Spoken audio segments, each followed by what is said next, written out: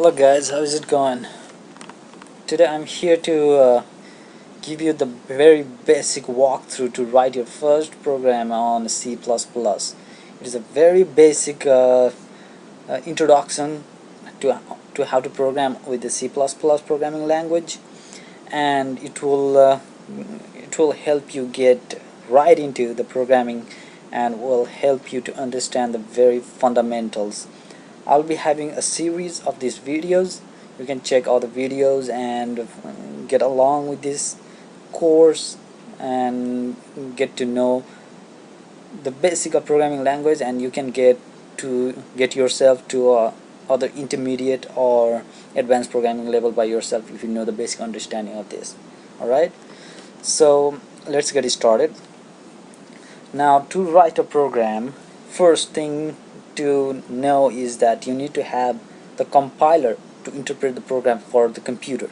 Okay, a C++ program is called a high-level programming language. Okay, it means that we as a human being can understand this language very well, a very natural language like English. Okay, it's very understandable to us, but for a computer it doesn't understand English at all.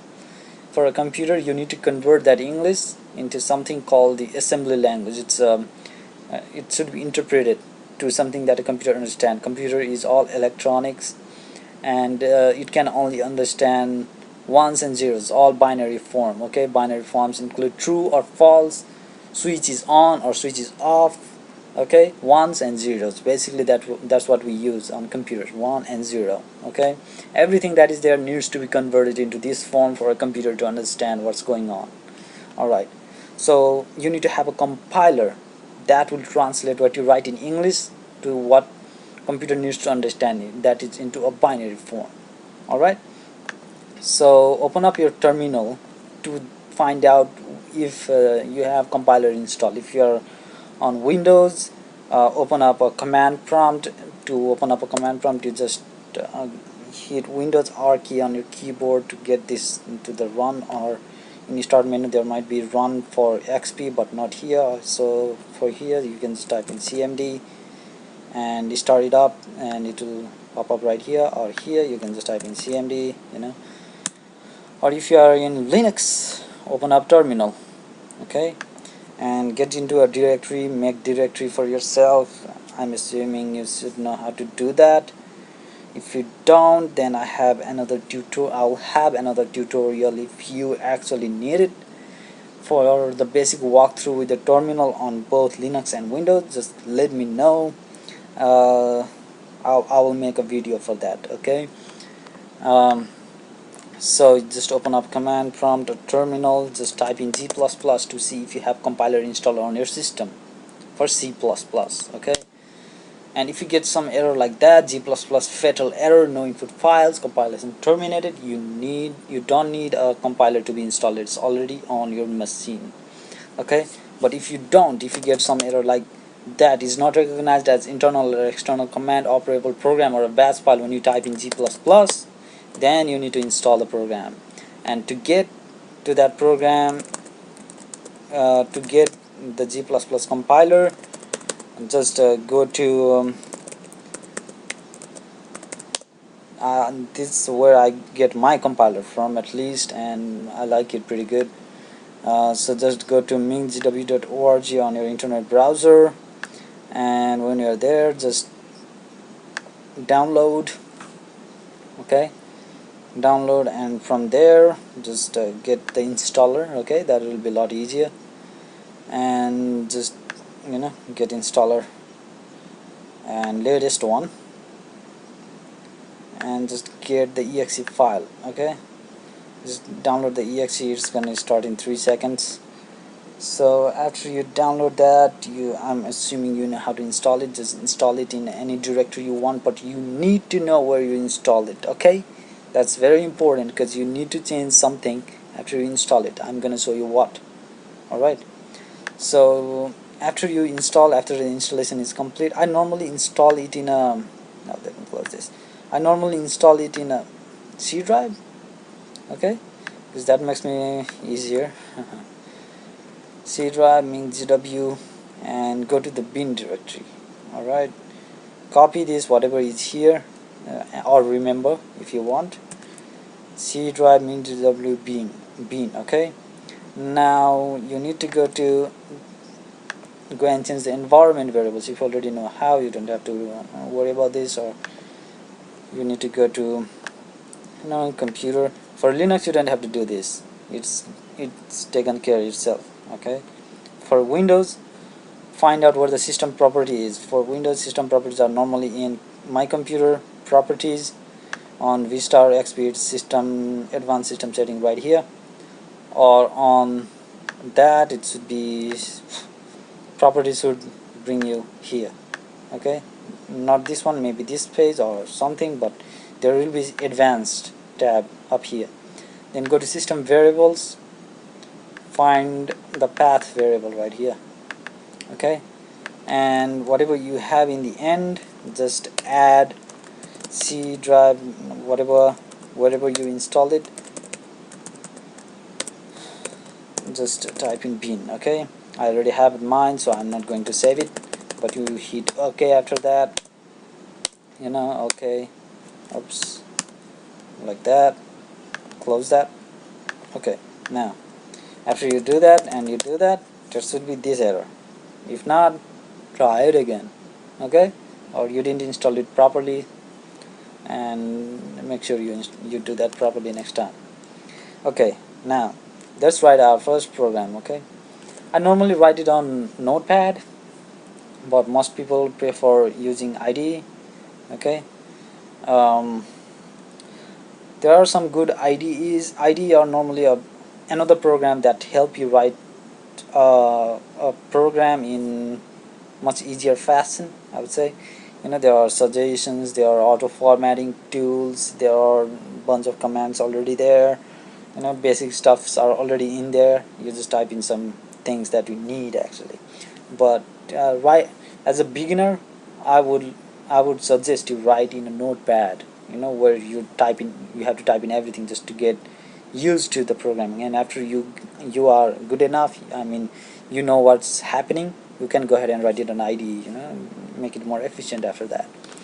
So for now, I'll just show you how to write it on Notepad.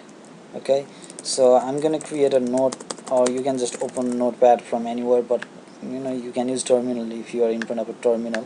So just type in a Notepad, and I would say a new program to be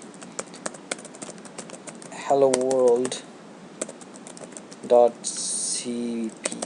That's what I'm gonna call my file. Okay, my file name is hello world.cpp, and it's opened in Notepad. That's what it says. Okay, so it says cannot find do you want to create a new file? I would say yes. Okay, so now I have a new file. Okay, it says untitled. Okay, maybe I have to save it. In Linux, this is what will make. In Linux, you don't have a Notepad, so either use gedit or kedit if you are using KDE desktop environment. If you are using GNOME, then just use gedit. You can also use gedit for KDE. That's not a problem. Okay, but don't worry about those right now if you are not using Linux. So just go to, and now when you are here, the basics, I'm just going to tell you the very basics, very essence, the heart of programming. Okay, this, I always write this whenever I start a program. I might delete it later on if I don't need this stuff, but the first thing you write in a program are the header files. Okay, as a beginner, just remember, first thing you write is a header file. And in C++, I always include IOStream header file. A header file contains a bunch of statements that gives us some syntax and commands to use here. Okay, some variables predefined, but don't worry about all those right now since I'm saying it for beginner. Don't worry about this. Just write this down, include IOStream. Okay, IO means input output. Wherever you see IO in computer science, that's mostly input output. Okay, now IOStream, and then we'll be using something called namespace, and especially std namespace. Don't worry about what I'm saying right now. Just keep in mind you'll be using this a lot, using namespace std. Okay, that's the very basic. And a C++ program always every time will have a main function that is defined as an integer. Okay, so I would say that right now that's function is defined, you need to have a curly brackets to define a function. Okay, open curly brackets and close curly brackets. Whatever is inside these means it is for the int main function. Okay, int main function contains anything that is inside these brackets. Okay, now let's get into other stuff. Now since you already written all these, and if you save it, I'm gonna save mine as hello world.cpp and not text document, it's all files, hello world.cpp, and I'm gonna save it in the programming directory that I created in C drive. So let's get in and save it. Okay, this is a complete C++ program. Okay, that does nothing basically. So we'll see if we will get any error. Now we'll try to convert this into what computer understand using the compiler that we installed, which is G++, and say hello. Oh, okay, that's not intended. I'm going to go to programming directory here. Okay, there we go. Now there I see hello world. I'm going to clear the screen. Now I'm going to compile this file and say hello world.cpp, and I want my dash o, that is o, not 0. Okay, dash o means I want my output file name to be sw. If you don't write dash o sw, that doesn't matter, it's not going to give you any error. By default the file name will be called a.out. Okay, but I don't want a.out, I want my file to be called sw, hello world. Okay, hit enter. Now it's compiled. Okay, now there's a executable file in my directory right here. Okay, sw.exe. now this is what computer can understand. Now so I'm gonna call sw, press enter, it ran. Okay, there was no error, nothing at all, because we don't have anything in our program. Okay, but let's make it little more interesting.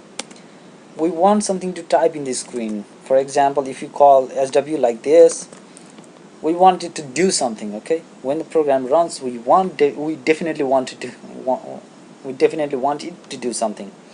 So I'm gonna say, for now, I'm gonna say hello to programming world. So I'm gonna type in hello world on the screen. Okay, so that's the command, cout. Remember, anything you have to print, remember this command. Okay, cout and this part. Okay, this means give it to the screen. Okay, just give it. That's what it means basically.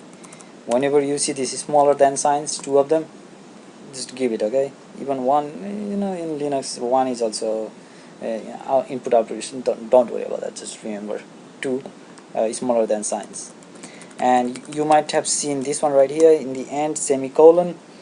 It's always there should always be a semicolon at the end of a statement. Okay, this means that my cout command ends here. Okay, this cout right here, the cout ends here. Okay, and endl means end line. Okay, after you write hello world, end the line in the command prompt. For example, like when I enter in next line, there's going to be right here, it's gonna say hello world and end that line. Whatever I do next, put it on the next line. Okay, otherwise it's gonna put it on the same line. For example, if I have to type in another cout here, blah blah blah, if I do that, that's gonna put it on a different line. But if I don't put this ndl and just type in like that, then that's gonna put all these on the same line. Hello world on the same line. Okay, so that's what I'm gonna do right now. I don't need that unnecessary stuff. And the semicolon you can put as many as you want, it doesn't matter. Okay, one is good enough though. And now let's see if our program compiles. Okay, there is no error. Okay, means no error. Now if I type in call SW, it's gonna say hello world. There we go. You have said hello to the programming world on C++. Now next thing that I'm gonna show you, very basic, is if there is any line that starts with 2/ backslash, then that is called a comment. A comment is something that the compiler will not even try to look after what's there after 2/. Okay, whatever I type here, it doesn't matter to the compiler. You can write whatever you want. Okay, the compiler is the comment is used to make other people understand the program. Sometimes it's very helpful to you too. Like whenever you write a very long program, you need to know. Sometime when you come back again after some time to see the program, you need to understand what the program did at that time. So for example, as a comment I can just say this is my main function.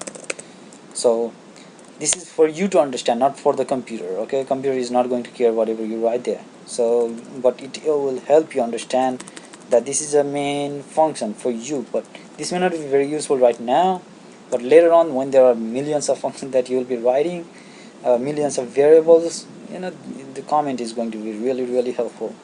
The other way to declare the comment is put this into these two. Okay, whatever type in here, all comment between these two, right here, this and this. Alright, now we're done with the comment. I'm gonna put one comment on the top just to make it, this is my main main function. Okay, we're done with that, and we have our hello world program. We'll save it, go here, call hello world. There we go, hello world. And that's pretty much all the basics. And let me tell you, I said semicolon to the end of the statement, but you can see it doesn't have a semicolon because this is not declaring a statement. Okay, it is a function. There are differences between function statement. There are a lot of things on C++ that I'm going to talk about later in other videos, but right now just remember, function will be in this format. Normally if we didn't have this, then I could write my int function as int main this and this. Okay, that's the basic. It will always have these brackets and will always have this. Okay, that is the format of a function. You can later on, you will see what you will be typing inside this, and you can write a C++ in one whole single line everything, but not recommended, very terrible thing to do. So just do this. So I normally write it in this way. A lot of people have other different styles of writing. People write like this, or there are a lot of different things. People end it like that, but that's what I prefer. Oops, no, there we go. Okay, so header file, use the namespace std, comment main function, putting into the output screen with this command, ending the line with this command, and whatever you write, it should be in inverted commas. Okay, it should be like that, and put it like that. Alright, this is whenever you have to separate different stuff, like, okay, let me just tell you, if you have to write multiple stuff, always put this inside this, otherwise your compiler is going to give you error. Okay, you haven't seen an error yet. Let me show you what error looks like. Okay, if you just type in like that without nothing, that's gonna give you error. maybe I didn't save it or something. Let's do that and do that. So you see that's the error. Okay, was not declared in this scope. Okay, and expected semicolon. You see after every line it expects a semicolon. Okay, so those are kind of error that you will be getting in the future. And before this token blah blah blah, now we'll be talking about how to view those things later on. Okay, so I'll just save it, and that's the end of the first tutorial. I'll be going through much other things in another videos, and I hope you learned something. Enjoy and have fun, guys.